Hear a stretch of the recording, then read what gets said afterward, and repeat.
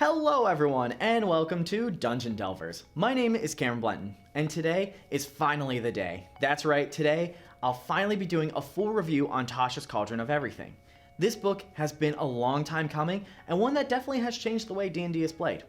Already I have changed the way I've been playing since it came out. Now I won't be talking about classes since I covered that in the last video. But what I will be talking about are some of the magical items, the new sidekick system, and some of the tools for the dungeon masters, and my overall feelings about this book. So let's start with magic items. They all seem amazing in one way, shape, or form.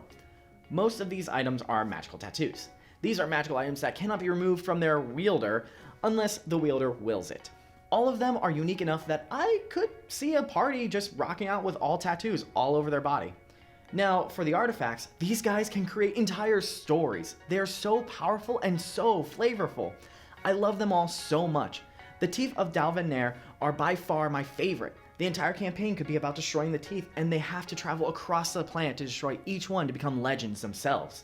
And they could even attempt to use one of the teeth to their advantage to help with another one that is really wrong and hard.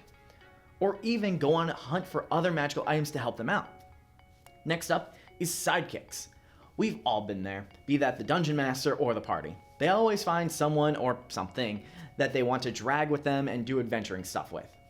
Now, this book allows you to make anyone a sidekick and allow them to get stronger with the party and be able to actually be useful. This allows even animals to be useful as sidekicks, such as awakened animals or special animals that the DM wants the party to have, and it actually survive. DMs get to choose the sidekicks class and other features. So if they recruit a mage of some variety, they can be either a wizard, sorcerer, or warlock. Although I would probably save warlock for players since warlocks have a ton of story stuff built into them. Unless the players are okay being supporting roles and maybe helping that warlock get out of their contract with their patron. And speaking of patrons, we also got group patrons. This was something DMs have been doing for a while now, and now we finally have rules on it for inspiration and guidelines. In one of my games, we are unfortunately working for a rich aristocrat that I desperately want to eat, and that's not a metaphor, that's just cannibalism. So now, my DM has ideas for quests that we can go on to help him out before his inevitable dinner with my character. But humans aren't the only thing players can work for. Literally anything that has thoughts can be a possible patron, be that a beholder, a vampire, or a merfolk. And then we get to magical phenomenon and magical environments. Magical phenomenon are when magic decides to have its way with the world. These magics can be anything from eldritch storms, fey deserts, or even undead perils. These can become great obstacles for players to get through. And then we get to the magical environments. These are parts of the world that a powerful being has either blessed or defiled, or another plane of existence has leaked into that world. These zones could be undead zones, mimic colonies, giant bugs crawling from the earth, the far realm leaking, or any other magical thing that can happen. And that's pretty much everything new. Overall, I really like this book. It has a lot of options for players and DMs. Almost too much.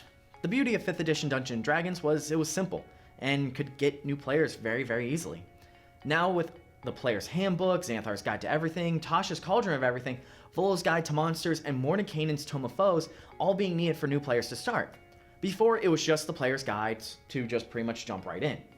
And for the Dungeon Master, you have to flip through all these pages to get a specific rule. Perhaps this is how they are pushing D&D Beyond, since you can just type in a word or phrase and get exactly the rule you're looking for.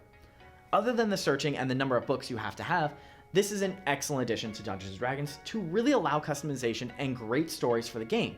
But what do you guys think? Love this book or hate it?